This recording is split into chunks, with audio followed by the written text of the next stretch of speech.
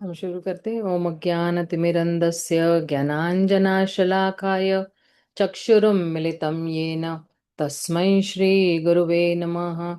श्रीचैतन्यमनोभीष्टं स्थापितं येन भूतले स्वयं रूप कदा मह्यं ददाति स्वपदान्तिकं। नमो विष्णुपदाय कृष्णपृष्ठाय भूतले श्रीमते भक्तिवेदान्त स्वामिनिति नामिने। नमस्ते सरस्वते देवे गौरवाणी प्रचारिणे निर्विशेष शून्यवादी पाश्चात्य देश तारिणे। जय श्री कृष्ण चैतन्य प्रभु नित्यानंद श्री अद्वैत गदाधर शिवासादि गौर भक्त वृंद। हरे कृष्णा कृष्णा कृष्णा हरे हरे, हरे राम राम राम राम हरे हरे। तो आप सभी का स्वागत है आज के सत्र में। हम लोग जरा इमीडिएटली पूरा एक जो भगवत गीता का ये जो 15वां अध्याय है एक साथ जो है हम लोग ट्राई करेंगे। आप लोग जो है अनम्यूट पे ही रहना और उच्चारण इसका कीजिएगा। श्रीभगवानुवाच ऊर्ध्वमूलं मदशाखम् अश्वत्थं प्राहुरव्ययं छन्दांसि यस्य पर्णानि यस्तौ वेद स वेदवित्। अधश्चोर्ध्वं प्रसृतास्तस्य शाखा गुणप्रवृद्धा विषयप्रवालाः। अधश्च मूलान्यनुसन्ततानि कर्मानुबन्धीनि मनुष्यलोके। न रूपमस्येह ततोपलभ्यते नान्तो न चादिर्न च सम्प्रतिष्ठा।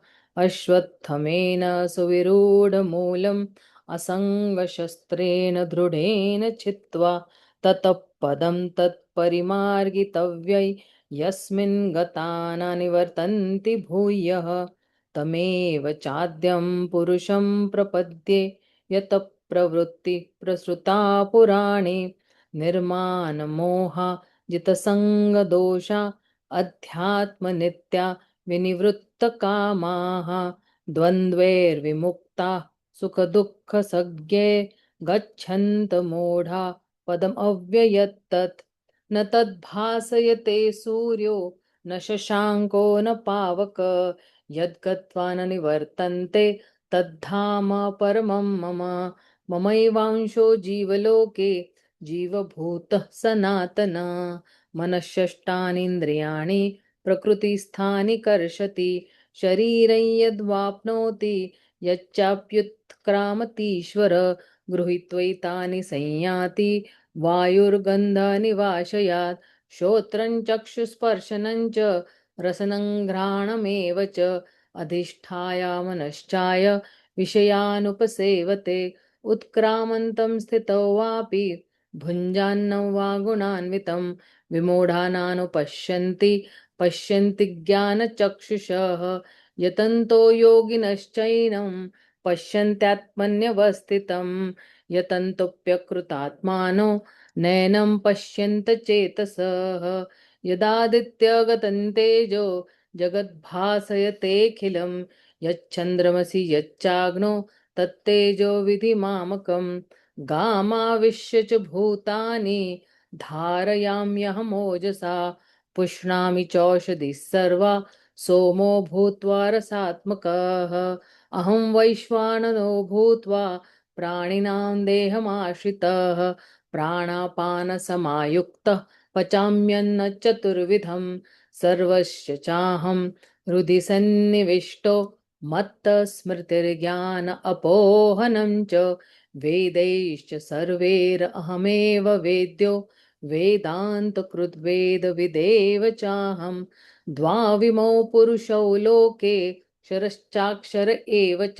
क्षरः सर्वाणि भूतानि कूटस्थोऽक्षर उच्यते। उत्तमः पुरुषस्त्वन्यः परमात्मेत्युदाहृतः यो लोकत्रयमाविश्य विभर्तव्य य ईश्वर। यस्मादक्षरतीतोऽहम् अक्षरादपि चोत्तमः अतोऽस्मि लोके वेदे च प्रतितः पुरुषोत्तमः। यो मामेव सम्मूढो जानाति पुरुषोत्तम स सर्वविद भजति मां सर्वभावेन भारत। इति गुह्यतमं शास्त्रम् इदं मुक्तं मया नघ एतद्बुद्धा एतद्बुद्ध्वा बुद्धिमानः स्यात् कृतकृत्यश्च भारत। हरे कृष्णा कृष्णा कृष्णा हरे हरे, हरे राम राम राम हरे हरे। तो आप सभी का स्वागत है। Thank you so much for joining in. Actually ये है ना 15वां अध्याय का पाठ करने का बहुत महत्व है इस पुरुषोत्तम में। कई लोग जो है वो नियम ले लेते हैं इस पुरुषोत्तम मन में कि मैं रोज इस 15वें अध्याय का जो है वो जो है पाठ करूंगा या करूंगी। यानी सिर्फ श्लोकों का उच्चारण करना या श्लोक और ट्रांसलेशन इस तरह से उच्चार करना बहुत अच्छा रहता है, हमारी जो है शुद्धिकरण के लिए भी बहुत अच्छा है। और क्योंकि ये पुरुषोत्तम महीना और ये अध्याय का नाम पुरुषोत्तम योग है, तो ये बहुत हमारे आध्यात्मिक उन्नति के लिए ये लाभदायक है। तो आइए हम लोग जो है थोड़ा जो है एक क्विक जो है वो रिकैप दे देंगे हम लोग, कि हम लोग ने जो है वो अभी तक जो 5 श्लोकों में हम लोग ने क्या देखा है। तो पहले जो 5 श्लोक जो है भगवान बता रहे हैं कि किस तरह से जो है हम जब अनासक्त होते हैं तो हमें जो है मुक्ति मिलती है। लेकिन अब जो अगले 5 श्लोक में है जो जो है छठा सातवां आठवां और 10वां अध्याय तक जो है, सॉरी, श्लोक तक है। तो कहते हैं कि अगर हम लोग ने अनासक्ति नहीं विकसित की तो बहुत हमें मोक्ष तो मिलेगा ही नहीं, लेकिन हम लोग जो है वो बंधन बंधन में बंध जाएंगे, जन्म मृत्यु के बंधन में बंध जाएंगे और योनि दर योनि हम सिर्फ भटकते ही रहेंगे। इसलिए जो है हम लोग ने देखा पहले श्लोक में जो है भगवान क्या कहते हैं कि जो है ये जो बरगद का पेड़ है, इसके जो मूल है वो ऊपर की तरफ है, उसके जो पत्ते हैं वो क्या है, वो जो है वो शास्त्रों के या जो है वेदों के अलग अलग जो है गायन है। और जो कोई भी इस पेड़ को जान लेता है तो वो वेदों का ज्ञाता कहलाता है। ये हम लोग ने जो है वो फर्स्ट श्लोक में देखा। फिर दूसरे श्लोक में हम लोग ने क्या देखा कि इसकी जितनी भी टहनियां है वो कहाँ है, नीचे की तरफ जा रही है और ऊपर की तरफ भी जा रही है। और इसका पोषण कहाँ से मिल रहा है, इस पेड़ को पोषण कहाँ से मिल रहा है? इस पेड़ को पोषण जो है 3 गुणों से मिल रहा है। और इसकी जितनी भी छोटी छोटी जो टहनियां है वो क्या है, वो हमारी इंद्रिया है। तो ये जो पेड़ है तो उसके जितने भी जड़ है वो नीचे की तरफ जा रहे हैं। और क्योंकि ये नीचे की तरफ जा रहे हैं इसलिए जो है मनुष्य को बार बार जो है वो कर्मों के चक्कर में डालते ही जा रहा है, और इसलिए बार बार जो है मनुष्य उलझते जाता है।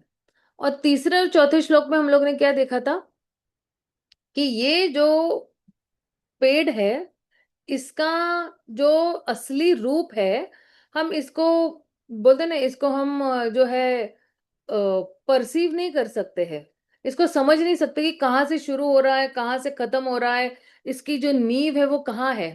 लेकिन हमें क्या करना है, हमें दृढ़ता के साथ जो है ये जो है ये जो आसक्ति का पेड़ है उसको काटना है अनासक्ति के साथ।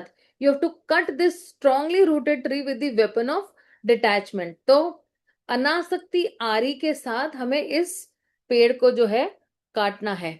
और फिर जो है उसके अच्छा काटने के बाद फिर क्या करना है, तो फिर जो है हमें वहां पे उस जगह की जो है लालसा करनी है या इच्छा करनी है कि जहां पे अगर कोई जाता है तो वापस नहीं आता है। क्योंकि क्या, क्यों? क्योंकि वहां पे जाके हमें क्या करना है, हमें भगवान को शरणागत होना है। क्योंकि भगवान से ही सब कुछ उत्पन्न हो रहा है ना, अनंत काल से जो है। तो हम लोग ने तीसरे चौथे श्लोक में ये सब देख लिया था। फिर 5वें श्लोक में हमने क्या देखा था, निर्माण मोह जित संग दोषा, राइट। तो उसमें जो है हम लोग ने ये देखा था कि जो लोग मिथ्या अहंकार से या फॉल्स प्रेस्टीज से मुक्त है, या जो है मान अपमान और इन सब चीजों से है ना, इन सब चीजों से जो है वो मुक्त है, तो वो समझता है कि मैं शाश्वत हूं। और जिसने भौतिक काम वासनाओं से जो है वो छुटकारा पा लिया है, और तो फिर जो है वो सुख दुख के द्वंद से जो है वो मुक्त है। और हम लोगों ने जो है शरणागति के जो है वो 5 जो है तरीके देखे थे। तो पहला क्या है, शरणागति का पहला जो कहते हैं ना क्वालिफिकेशन या योग्यता, उसको कहते हैं पहले हमें निर्माण होना चाहिए। निर्माण मतलब क्या, कि हमारे में अहंकार नहीं होना चाहिए। क्यों निर्माण, क्योंकि बार बार भौतिक प्रकृति हमें जो है वो चपेटे मारी और हमें जो है वो कठपुतली की तरह नचाते जा रही है। फिर निर्माण मोह, मोह मतलब क्या, कि ये मेरा है वो उसका है। तो मोह की वजह से हम लोग क्या होता है, बिल्कुल आसक्त हो जाते हैं। फिर तीसरा हम लोग ने क्या देखा था, निर्माण मोह जित संग। संग मतलब क्या, कि ये जो 3 गुणों का संग है उसका जो दोष है ना, क्योंकि ये 3 गुण ही हमें जो है वो डुअलिटी यानी द्वंद में लगा देते कि सुख है दुख है ना, गर्मी है धूप है। तो ये जो है क्या कहते हैं कि द्वंद की वजह से ही हम लोग जो है वो जो है हम बंधते जाते हैं इस भौतिक अस्तित्व में।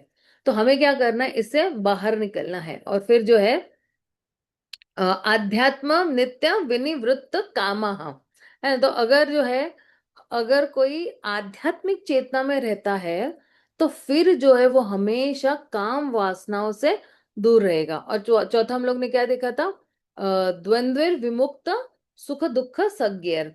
तो अगर जो है द्वंद्व विमुक्त, अगर कोई इन सब द्वंद्वों से जो है वो मुक्त हो जाता है तो वो हमेशा जो है भगवान को शरणागत होने के लिए योग्य रहता है। तो हमें जो है क्या क्या ज्ञान अर्जित करना है, और जो है क्यों, क्योंकि जो है मेरा ओरिजिनली सी क्या ज्ञान अर्जित करना है हम लोगों को, कि one has to cultivate this knowledge, मेरा क्या ओरिजिनली है और मेरा क्या नहीं है ना। तो हमारा क्या है, हमारा कनेक्शन भगवान के साथ जो है वो हमारा खुद का है ना। तो भक्ति विनोद ठाकुर क्या कहते हैं ना, मैंने बताया था लास्ट टाइम भी, कि आमी तो तुम्हारा तुम ही तो हमारा, है ना। तो मैं तुम्हारा हूं तुम मेरे हो, मेरी सबसे बड़ी जो है क्या कहते हैं, पूंजी हो आप। इसलिए जो है हमें क्या करना चाहिए कि अ, भगवान के साथ समय, भगवान की सेवा करने के लिए हमें जो है सारी चीजों को समन्वय, टू हार्मोनाइज थिंग्स। और हमारा जो कनेक्शन भगवान के साथ है, सबसे हमारी इंपॉर्टेंट प्रॉपर्टी है, इसको नहीं जाने देना चाहिए। अब इस अंडरस्टैंडिंग के साथ हम थोड़ा आगे जाते कि हमें जो है वो भगवान को शरणागत है। देखिए अब तक जो है भगवान जो है थर्ड पर्सन में बोल रहे थे, तीसरे व्यक्ति की बोल रहे थे कि ना, है ना। और अब इस वाले श्लोक से जो है भगवान फर्स्ट पर्सन में बोलने वाले हैं। तो भगवान क्या कह रहे, न तद भासयते सूर्यो न शशांको न पावक यद गत्वा न निवर्तन्ते तद्धाम परमं मम। तो ये मेरा जो धाम है, ना यहाँ पे सूर्य है ना चंद्र है ना अग्नि है ना इलेक्ट्रिसिटी है, और जो यहाँ पे पहुंच जाते हैं तो वापस इस भौतिक जगत पर नहीं आते। तो भगवान क्या कहते हैं, न तद भासयते सूर्यो। तो वो जो धाम है, वो धाम क्या है, क्योंकि देखिए अभी अभी जो 5वें श्लोक में हम लोगों ने क्या डिसाइड डिस्कस किया था, कि वो धाम कैसे हमें प्राप्त होगा, जब हम शरणागत होंगे तब हमें वो धाम प्राप्त होगा। तो ये जो धाम है, इसमें जो है न सूर्य का प्रकाश है, न चंद्रमा की लाली है, न अग्नि है ना। तो न शशांको न पावक, न शशांको, शशांक मतलब क्या, चंद्र, और पावक यानी क्या, अग्नि। तो और फिर यद गत्वा न निवर्तन्ते, अगर कोई वहां पे जाता है तो वापस यहाँ पे नहीं आता है। क्यों, तद्धाम परमम मम, ये मेरा परम धाम है, इसलिए वापस कोई नहीं आएगा। तो देखिए भगवान यहाँ पे जब बोलते हैं ना, तो यहाँ पे जो है भौतिक जगत पे जो है फोकस है। वो जो है पहले तो अपने बारे में जो है पहले इतने श्लोकों में उन्होंने थर्ड पर्सन बोला, लेकिन भौतिक जगत के बारे में जब भी बात करें ना भगवान, तो वो थर्ड पर्सन बोले। लेकिन अब वो आध्यात्मिक जगत में पहुंचे हुए हैं और आध्यात्मिक जगत के बारे में जब बता रहे हैं तो वो यही कह रहे हैं कि वो फर्स्ट पर्सन में बोल रहे हैं, है ना। और इसलिए जो है कि ये मेरा धाम है, इसको जो है कोई नकली रोशनी की जरूरत नहीं है ना। It is indicating that is not illumed by all these things, that you know अपने आप ही स्वयं प्रकाशमय है। देखिए भगवान का एक नाम स्वयं प्रकाश है, राइट, आपको पता है। तो फिर यहाँ पे चंद्र के, देखिए चंद्र सूर्य हो भी सकता है, लेकिन उतना खास मायने नहीं रखेगा। जैसे यहाँ पे भी हम लोगों को अगर जो है कुछ देखना है तो सूर्य प्रकाश चाहिए, राइट। हम अपनी आंखों से नहीं देख सकते, हमारे पास आंखें होते हुए भी नहीं है। और हम किस पे निर्भर है, हम सूर्य पे निर्भर है या चंद्र पे निर्भर है, या प्रभुपाद ने यहाँ पे लिखा हुआ है इलेक्ट्रिसिटी, इसके बारे में भी जरा आगे बताती हूँ मैं आपको, क्योंकि इलेक्ट्रिसिटी क्यों लिखा हुआ है। तो ये जो भौतिक जगत है, ठीक है ना, तो भौतिक जगत में एक्स्ट्रा चीजें चाहिए होती है जिसके माध्यम से अंधकार को दूर किया जा सकता है। लेकिन भौतिक जगत, आध्यात्मिक जगत में जो है, वहां पे तो अंधेरा है ही नहीं, है ना। तो जैसे अभी हम शरद पूर्णिमा के दिन पे हम लोग देखते हैं ना कि जो है चंद्र जो है वो आकाश में होते शरद मुनि। लेकिन ये शरद पूर्णिमा आप, क्योंकि आध्यात्मिक जगत में भी शरद पूर्णिमा है, तो आप सोचोगे कि वहां पे चंद्र की क्या जरूरत है।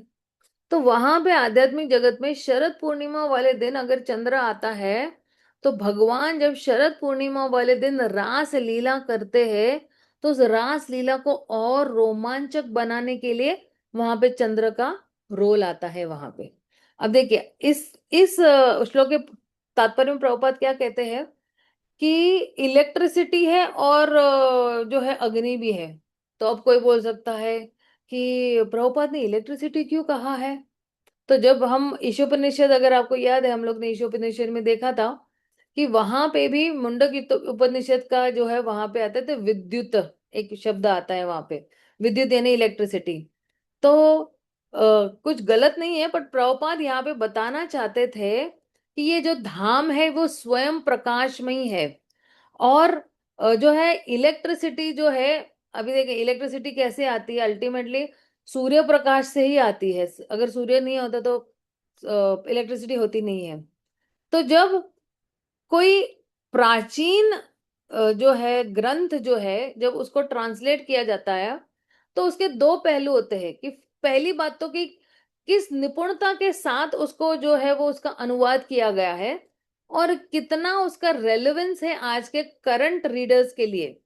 यानी अभी हम समझ सकते हैं ना कि हमारे लिए लाइट मतलब क्या, कि इलेक्ट्रिसिटी है, बटन ऑन किया लाइट चालू हो गई, हमें ये पता है।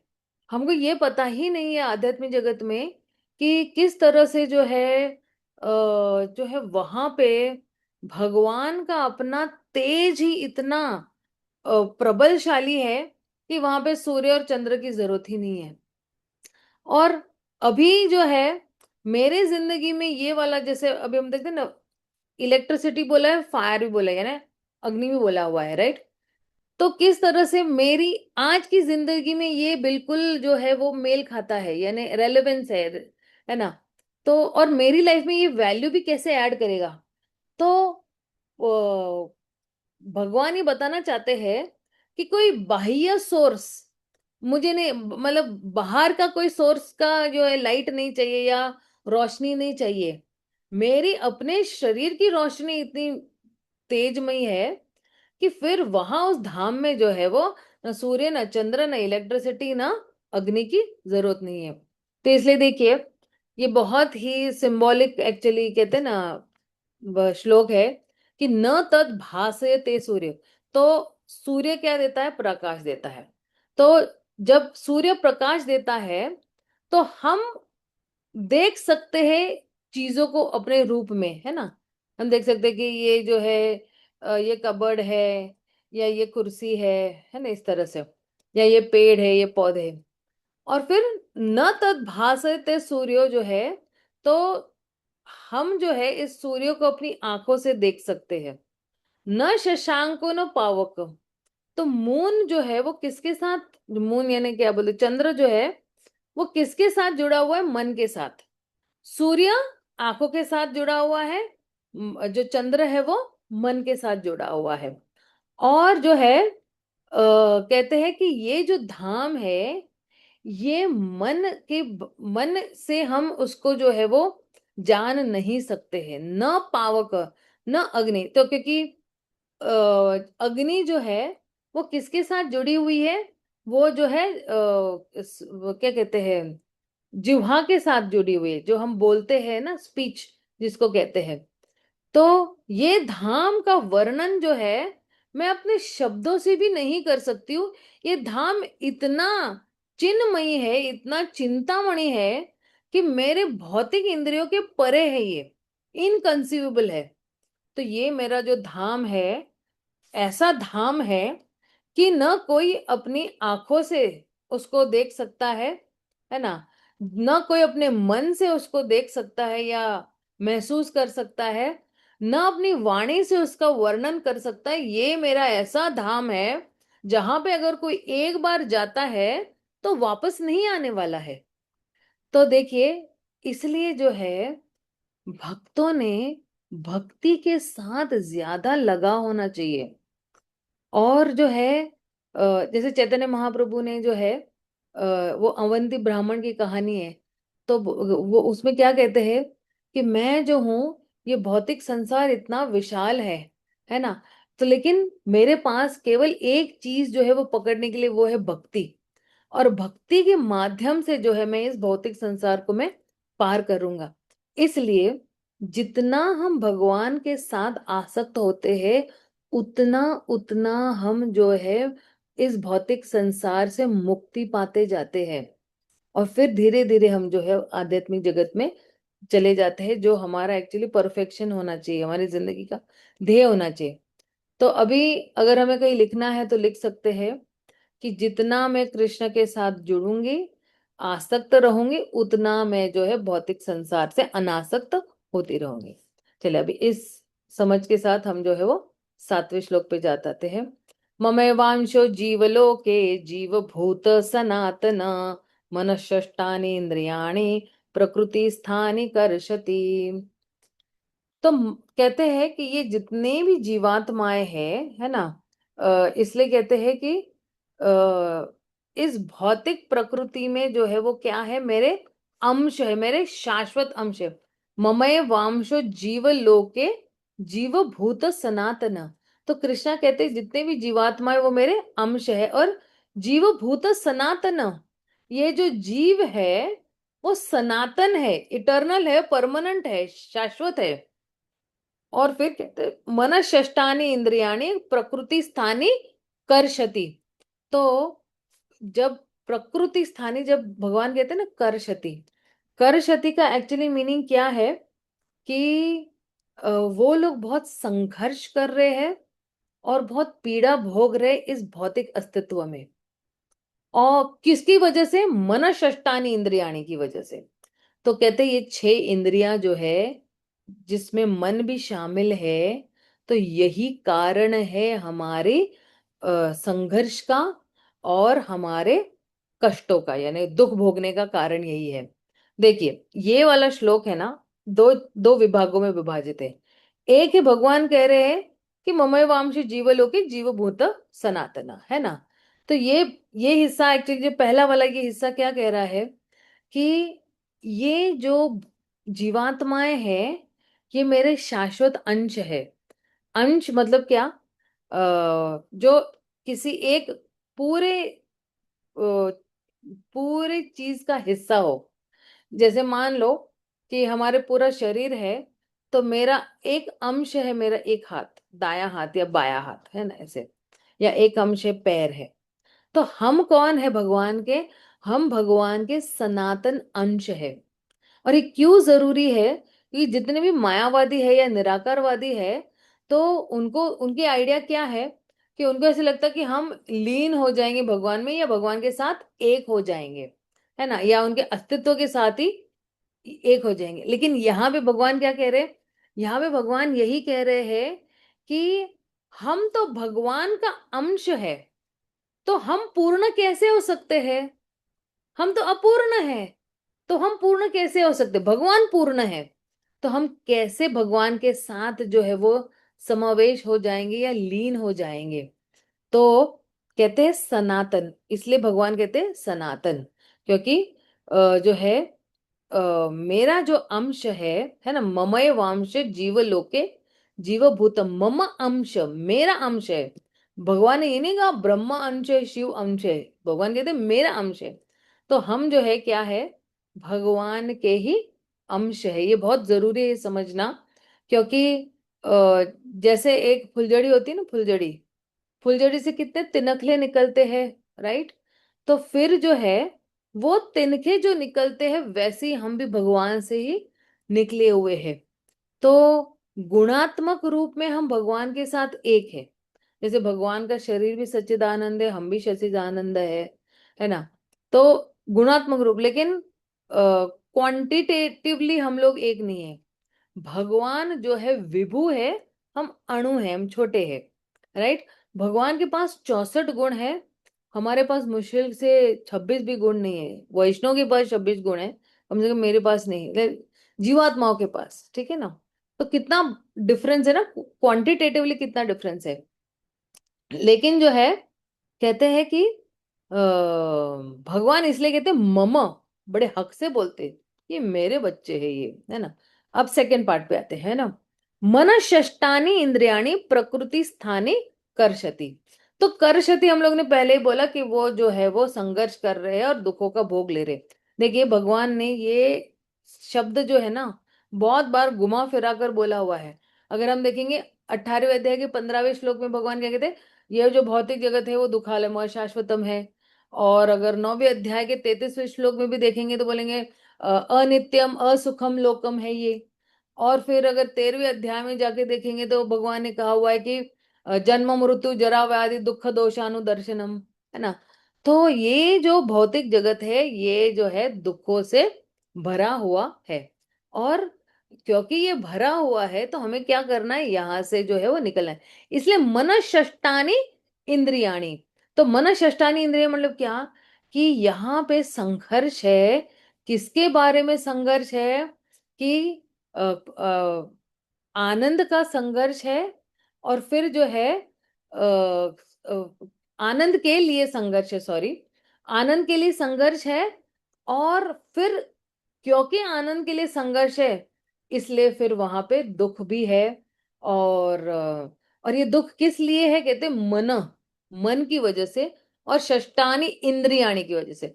तो मन और इंद्रियों की वजह से जो है ये संघर्ष चलते जा रहा है। और क्योंकि संघर्ष कर रहे, वहां पे दुखों का भोग करना ही पड़ेगा।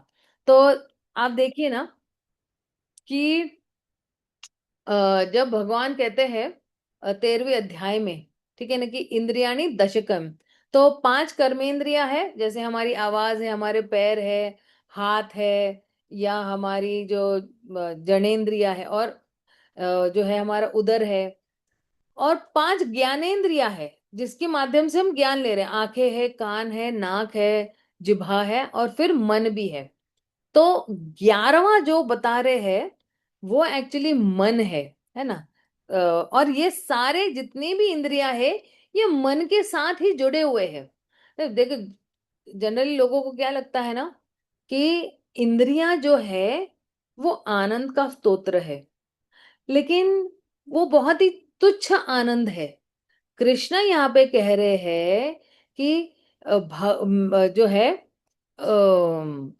अगर कोई मन और इंद्रियों के साथ आनंद भोगने की कोशिश कर रहा है तो उसको दुख के अलावा कुछ भी नहीं मिलेगा।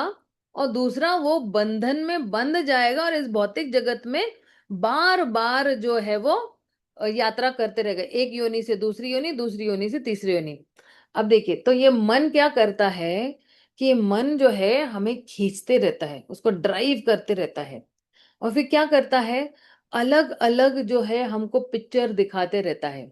जैसे एक स्क्रीन होता है ना, टीवी का कोई स्क्रीन होता है, तो फिर जो है बताते रहते हैं, देखो ये तुम्हारे आनंद के लिए, देखो ये तुम्हारे आनंद के लिए, ये देखो ये तुम्हें, इसमें तुम्हें मजा आएगा, उसमें तुम्हें मजा आएगा।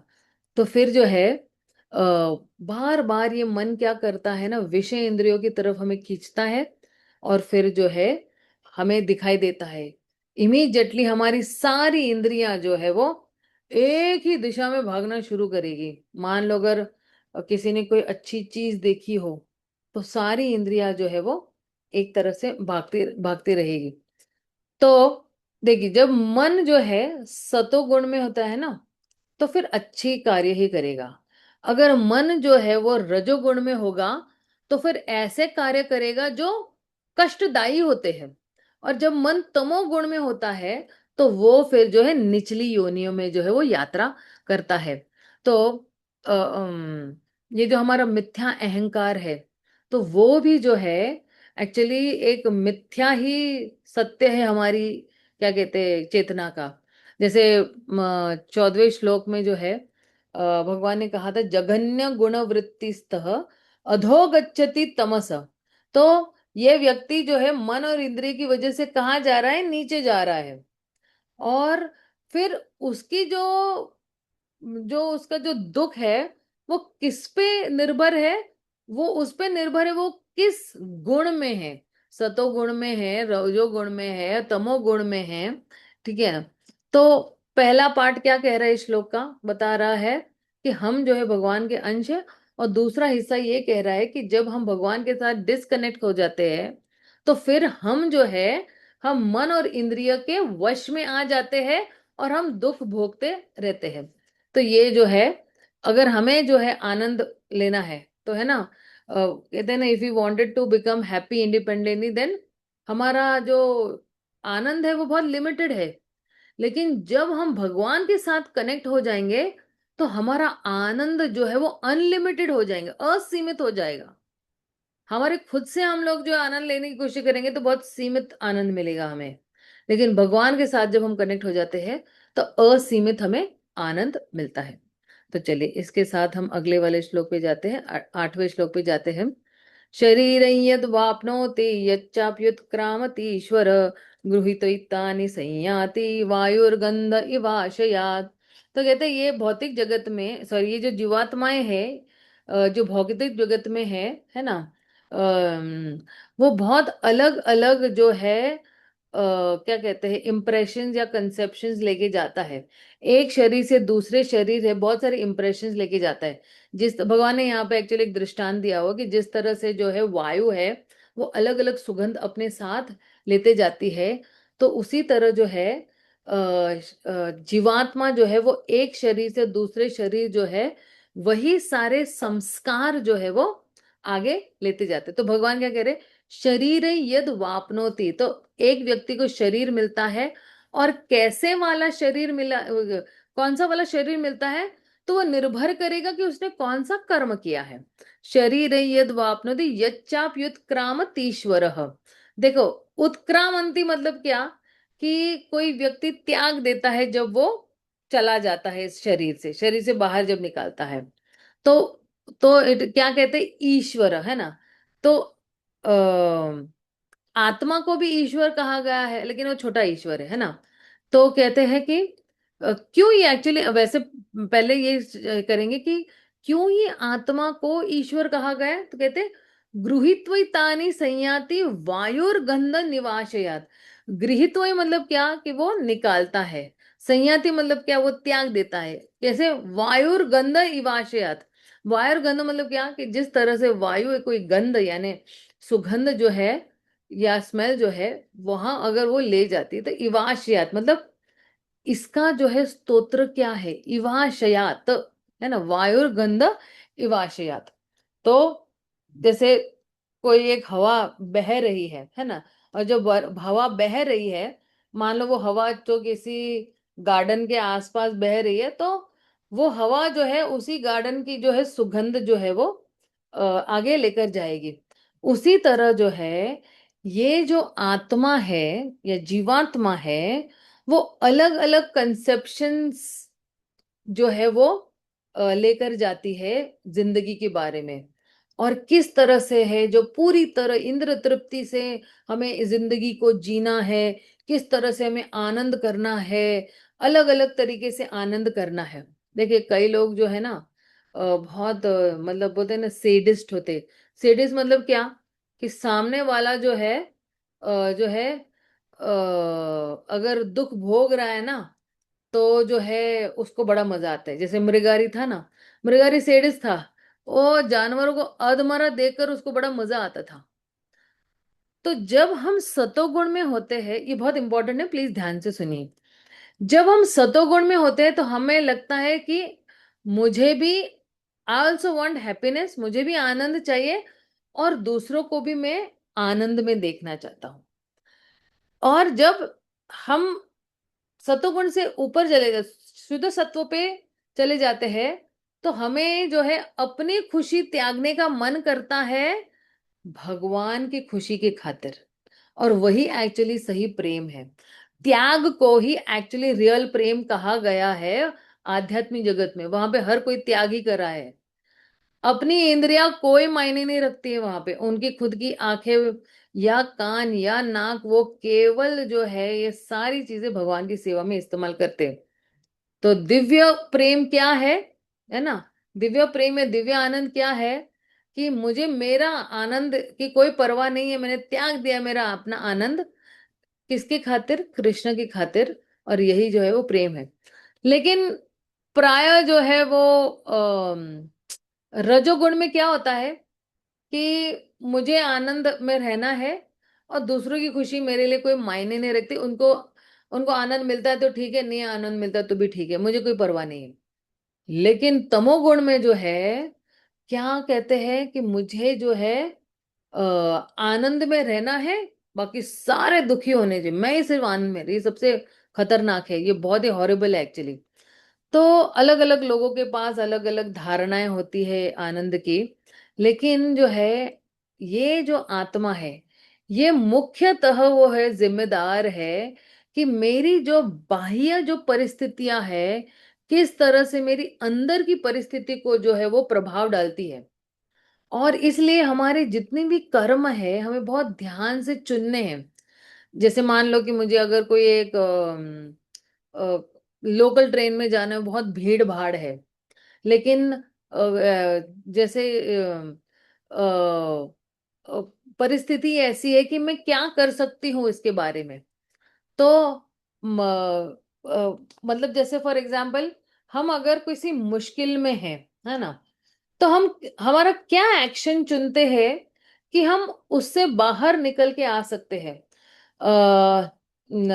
जैसे फॉर एग्जाम्पल कि मैं अपना उदाहरण देती हूँ, ओके। मैं जब बचपन में थी ना, तो मैं बहुत काली थी। एंड मुझे बड़ा उससे जो है प्रॉब्लम भी था, इन द सेंस कि काले होने की वजह से मेरी फ्रेंड्स भी कुछ काली काली चिल्लाते रहते थे मुझसे, मीन बोलते रहते थे, या अब्यूज करना ना जिसको कहते हैं, है ना। लेकिन एक्चुअली मैंने वो अब्यूजल जो है, मैंने एक्चुअली अपने फेवर में कर लिया। किस तरह से, जितने भी लोगों को मैथ्स नहीं आता था मेरी क्लास में, मैं सबको मैथ्स पढ़ाती रहती थी, सबके कॉन्सेप्ट्स जो है वो क्लियर करवाती रहती थी। एंड इस तरह से उस परिस्थिति को मैंने अपने मतलब क्या कहते हैं ना, अपने फेवर में लेकर आई। जब फिर बाद में जो है जितनी भी मेरी फ्रेंड्स है, वो फिर वो मेरे फेवर में आ गए। और फिर अगर कोई मुझे इस तरह से बात करता था तो वो लोग डिफेंड करते थे मेरे लिए।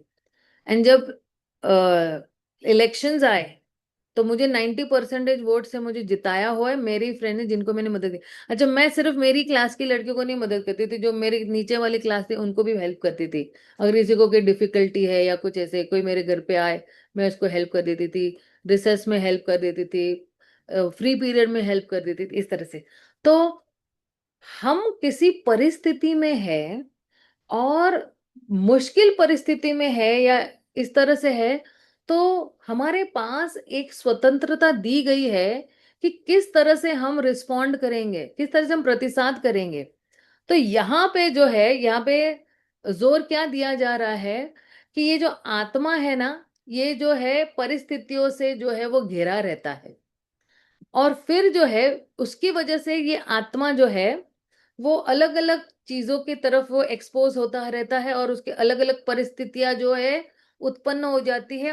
और ये अलग अलग परिस्थितियां ही इनकी आदत बन जाती है। और फिर जो है वो हमें इन परिस्थिति, ये जो है आदतें या परिस्थितियां, ये हमें जो है वो स्वीकार करती है कि यही हमारा नॉर्मल है। यही यही जो परिस्थिति हमारी नॉर्मल परिस्थिति है, और हम इस पे जो है इस पे अमल करते हैं। जैसे मान लो कि किसी को जो है किसी को जो है वो रील देखने की बहुत आदत है। अभी ये उसका नॉर्मल सिचुएशन हो गया है कि जैसे ही खाली होगा, मोबाइल लेगा और रील देखेगा, मोबाइल देखेगा, ये रील देगा।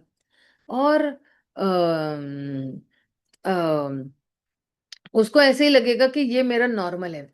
अब ये क्या करता है ना, फिर कोई भी सिचुएशन आता है ना, उसको लड़ना आता ही नहीं है, क्योंकि उसने एक चीज में इतना अपने आप को एडिक्ट कर दिया कि उसको लगता है कि यही मेरी नॉर्मल जिंदगी है। और प्राय आजकल के बच्चों के साथ भी यही हो रहा है।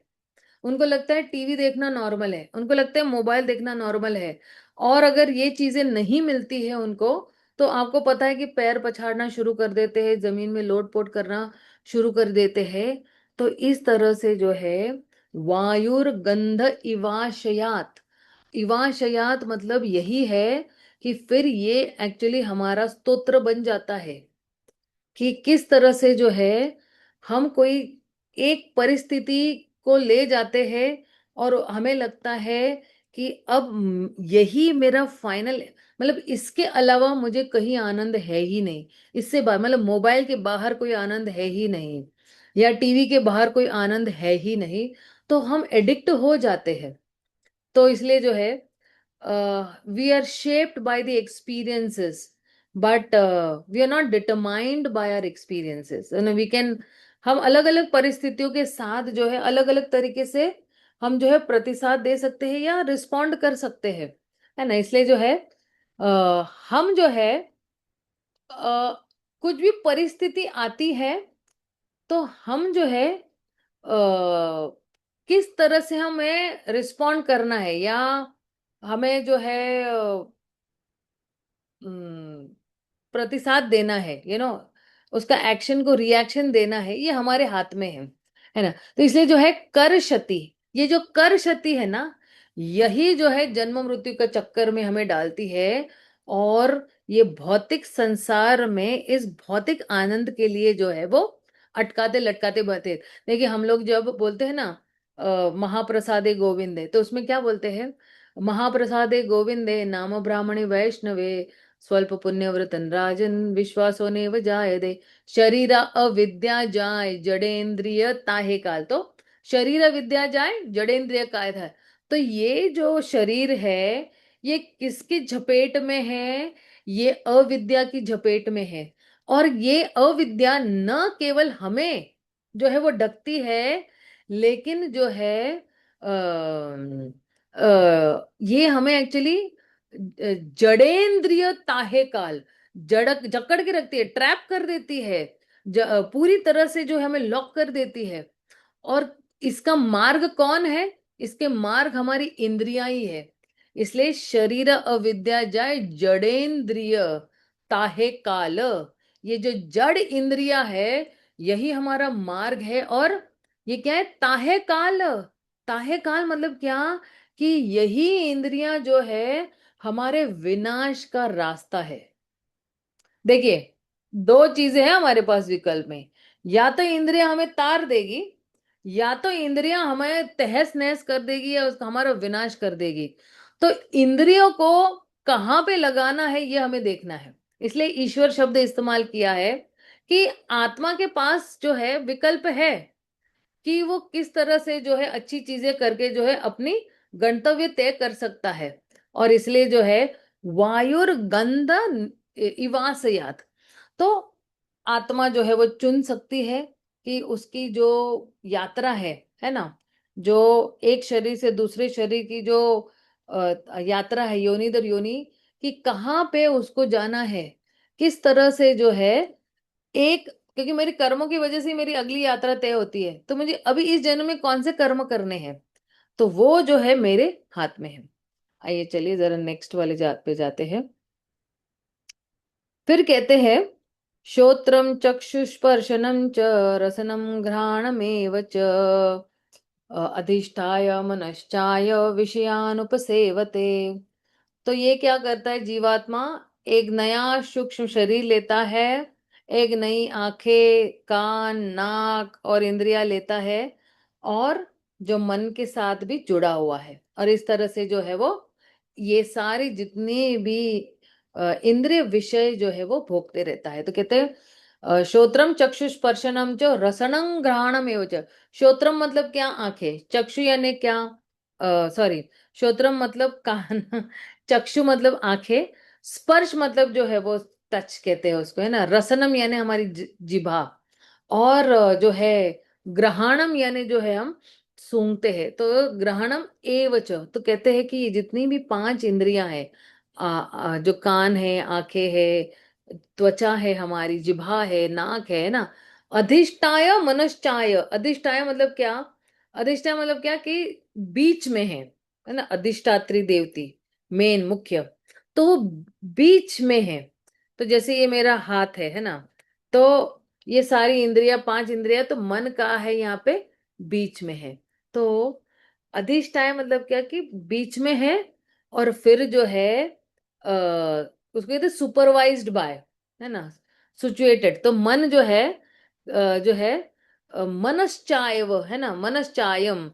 तो ये सारी इंद्रियां किसके आसपास है, मन के आसपास है। अनुवीर, मनश्चायम विषयानुपसेवते। तो फिर इंसान क्या करता है, ये आत्मा क्या करती है, तो उसके पास पांच इंद्रियां तो है, जो मन के आसपास इर्द गिर्द घूम रही है, और फिर जो है विषयान, जितने भी इंद्रिय विषय है उस पे जो है वो ढूंढते रहे।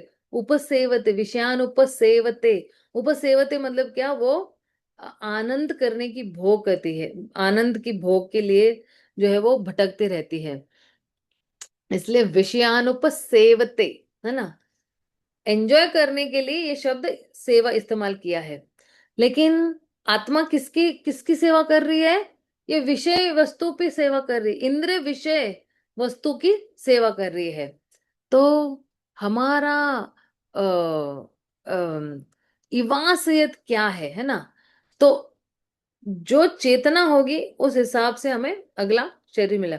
अब देखना ना, प्रहलाद महाराज भी भागवतम में क्या कहते हैं कि जिस तरह इंसान को बहुत सारी पत्नियां होती है और वो पत्नियां खींचती रहती है, उसी तरह जो है ये आत्मा भी जो है, सारी इंद्रियां उस आत्मा को खींच रही है, और जो है कभी कभी सारी इंद्रियां जो है एक विषय वस्तु पे आकर्षित हो जाती है, अलग अलग दिशाओं से सारी जो है वो एक ही वस्तु, विषय वस्तु पे जो है, और इस तरह से जो है ये आत्मा जो है बहुत बुरी तरह से बंध जाता है ना। तो इस तरह से जो है किस तरह से हमें बाहर से इनपुट मिल रहा है वो बहुत जरूरी है।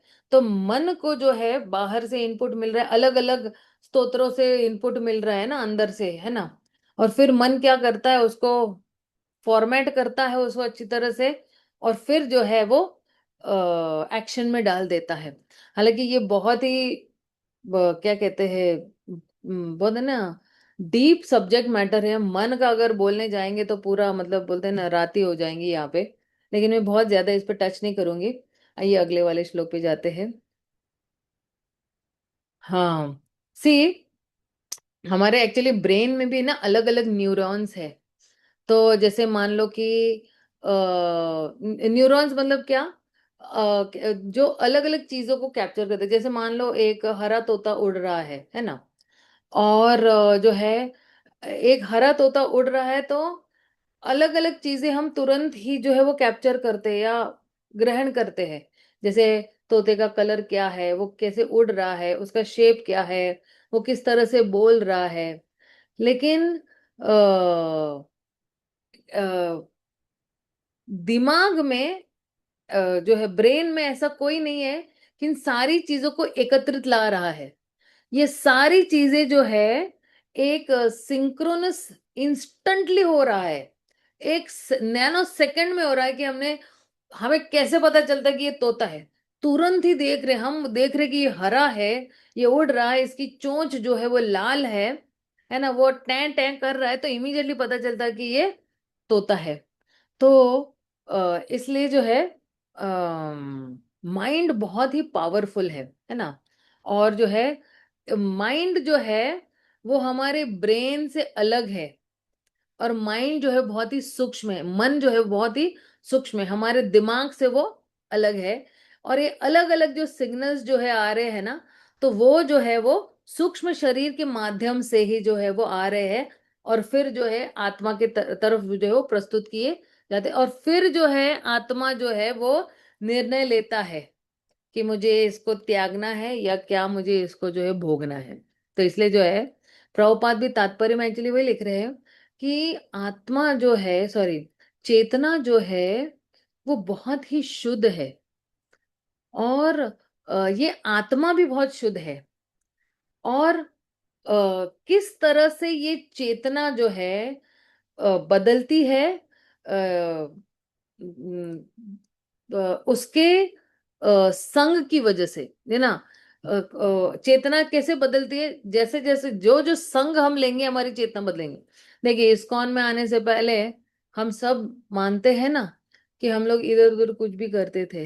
लेकिन जैसे ही हमें भक्तों का संग मिला, हमारी सारी भौतिक जो क्वालिटीज है वो धीरे धीरे कम होने लगी ना। पहले लोगों को कितना गुस्सा आता था, पहले लोगों को कितना अहंकार था, एवी एवी अहंकार था, है ना। है जीरो लेकिन अपने आप को हीरो समझेंगे, राइट। और कितना जो है ईर्ष्या थी, उसके पास वो है मेरे पास ये नहीं है, उसके पास वो है मेरे पास ये नहीं है। कितना दंभ भी था, बेफिजूल का दंभ था, हम लोगों एरोगेंस था, मैं महान हूं, कितना एरोगेंस था। तो जब है ना हम, हमारा संग जो होगा ना वैसे ही हमारा रंग भी हो जाएगा। ठीक है, ओके, लास्ट श्लोक हम लोग जरा डिस्कस कर लेते हैं। हम्म। तो भगवान कहते हैं,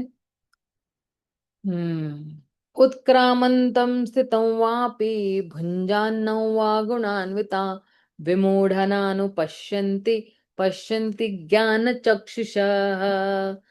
तो कहते हैं कि ये जो मूर्ख लोग है वो समझ नहीं सकते कि किस तरह से ये जीवात्मा जो है अपना शरीर छोड़ता है, जो है और वो ये समझते नहीं है कि किस तरह से जो है इस शरीर के माध्यम से वो आनंद ले रहा है इन तीन गुणों के सानिध्य में।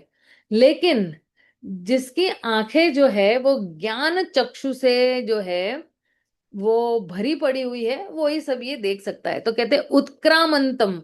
उत्क्रामंतम मतलब क्या, कि जब ये शरीर छोड़ रहा है, giving up this body, like. और स्थितम वापी, जब वो इस शरीर में स्थित होकर जब वो शरीर त्याग रहा है, भुंजान नवा गुणान्वितम। तो देखिए, पहले तो वो शरीर के साथ क्या कर रहा था, आनंद ही भोग रहा था ना। भुंजाम मतलब क्या, वो आनंद की अनुभूति कर रहा था। और आनंद की अनुभूति किसके प्रभाव में कर रहा था, गुणान्वितम, गुणों के प्रभाव से वो आनंद की अनुभूति कर रहा था। इसलिए वो कह रहे हैं कि ये ऐसे लोग जो है, ये कौन है, विमूढ़ा नानु पश्यंती। विमूढ़ा मतलब क्या, बेवकूफ। और नानु पश्यंती, ये बेवकूफ आत्मा जो है वो नानु पश्यंती, अनुपश्यति, देख नहीं सकता। देखो, पश्यंती मतलब क्या, देख सकता है। अनुपश्यति मतलब क्या, नहीं देख सकता। वो क्या नहीं देख सकता है, पश्यंती ज्ञान चक्षुष। लेकिन जिसके पास ज्ञान के चक्षु है ना, पश्यंती मतलब जिसके पास आंखें है ना। और उसके पास कौन सी आंखें है, ज्ञान की आंखें है, राइट। तो पश्यंती मतलब देख सकता है, सॉरी, पश्यंती मतलब देख सकता है। लेकिन किसके माध्यम से देख सकता है, ज्ञान की आंखों से, ज्ञान के चक्षु से वो देख सकता है। तो इससे पहले भी अगर आप देखोगे ना, 13वें अध्याय में भगवान ने ज्ञान चक्षुष इस्तेमाल किया है। तो ज्ञान चक्षुष जो है, क्या है कि अगर जो है किस तरह से ये आत्मा उलझी हुई है इस भौतिक संसार में, और किस तरह से ये आत्मा दुख भोग रही है। लेकिन जब तक हमारे पास ज्ञान के चक्षु नहीं है, हमें लगता है कि मैं तो आनंद ही भोग रही हूं। जैसे एक पियक्कड़ व्यक्ति सोच रहा है ना कि मैं पी रहा हूं, है ना। लेकिन एक जो समझदार व्यक्ति है वो देख रहा है कि ये जो पियक्कड़ व्यक्ति है वो किस तरह से बंधा हुआ है अपनी शराब पीने की लत से, एडिक्शन जिसको बोलते हैं ना, और वही एडिक्शन या उसकी लत जो है उसको क्या बना रही है, पियक्कड़ बना रही है। और फिर वो क्या कर रहा है, वो एक खंबे से दूसरे खंबे जो है वो भटकते रह रहा है। तो उसी तरह ये जो आत्मा है वो क्या है, ये आत्मा जो है तीन गुणों के अंतर्गत में प्रभाव में, यानी उसके नीचे है। और ये जो तीन गुण है ना, आपने भगवत गीता में देखा होगा कि कैसे तीन गुण है ना, पपेट की तरह, ये ना कठपुतली की तरह हमें नचाते रहते हैं और इधर से उधर हमें फेंकते रहते हैं। लेकिन ये जो है मूर्ख व्यक्ति, विमूढ़ा नानु पश्यन्ति, ये जो है वो देख ही नहीं पा रहा है और सोच रहा है कि मैं तो आनंद भोग रहा हूं, मैं ये कर रहा हूं, मैं आनंद भोग रहा हूं। और वो सोच रहा है कर्ताम ही इति मन्यते। तो कृष्णा ने जो है ना क्या ना, तीसरे अध्याय में ना कि ये मूढ़ लोग जो है समझते हैं कि मैं ही करता हूं। तो अगर जो है कोई अगर किसी शरीर में है और वो जो है इंद्र तृप्ति करने के लिए भोग कर रहा है, लेकिन वो किसके अंतर्गत हो रहा है, किसके प्रभाव में हो रहा है, तीन गुणों के अंतर्गत में हो रहा है। देखिए कोई सोच सकता है कि हम्म क्यों कोई दुख भोग रहा है ना, कोई पूछ सकते हैं ना कि अरे पहली बात तो ये दुख आते ही क्या है, दुख आते ही क्यों है ना। और कोई सोच सकता है कि अरे कोई आनंद में कैसे जो है दुख भोग रहा है। तो आप देखना, ये जो आनंद है ना, ये जो है एक एक जो है ना पैकेज है ना, पैकेज का एक हिस्सा है एक्चुअली। ये आनंद जो है वो पैकेज का एक हिस्सा है। तो कभी कभी ज्यादा करके तो यहाँ पे दुख ही है, और कभी कभी थोड़ा थोड़ा आनंद है। भले हम लोग ने ये डायलॉग सुना होगा, कभी खुशी कभी गम टररम पम पम। कभी खुशी कभी गम नहीं, हमेशा गम ही है और कभी कभी खुशी है ना। तो यही जो है, जो थोड़ी खुशी मिलती है ना, वही हमें ट्रैप कर देती है, बांध देती है। लेकिन अगर 99% अगर हम देखेंगे तो हमें दुख ही मिल रहा है इस भौतिक जगत में, क्योंकि ये दुखालय जगह है। तो दुख का आलय है। दुख आलय मतलब क्या, पूरा भंडार। जैसे हमने क्या पुस्तकालय बोलते हैं, तो पुस्तकालय मतलब क्या, पूरा पुस्तक का भंडार है।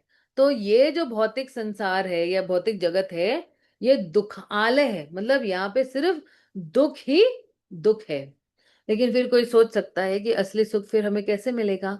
तो असली जो सुख है वो भगवान की भक्ति करके, भगवान को शरणागत होके जो है वो हमें असली सुख मिलेगा। तो एक घंटा हो गया है, और मैं एक घंटे पे I want to stick around, क्योंकि मुझे भी जल्दी सोना है। किसी का अगर कोई प्रश्न है तो आप निश्चित रूप से पूछ सकते हो मुझे।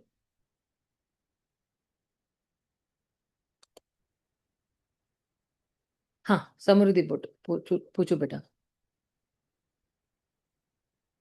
हरे कृष्ण माता जी।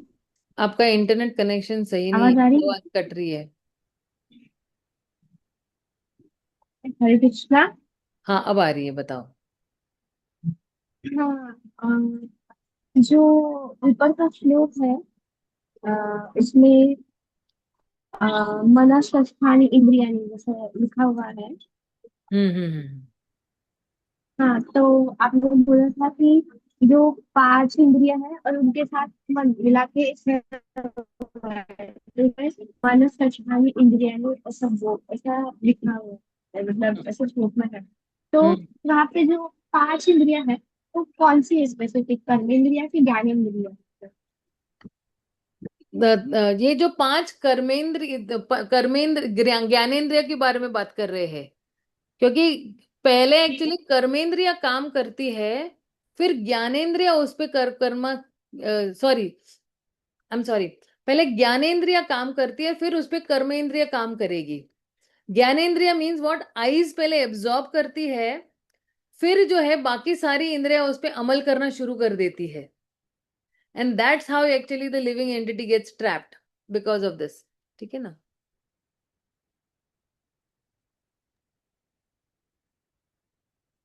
किसी का और कोई प्रश्न है?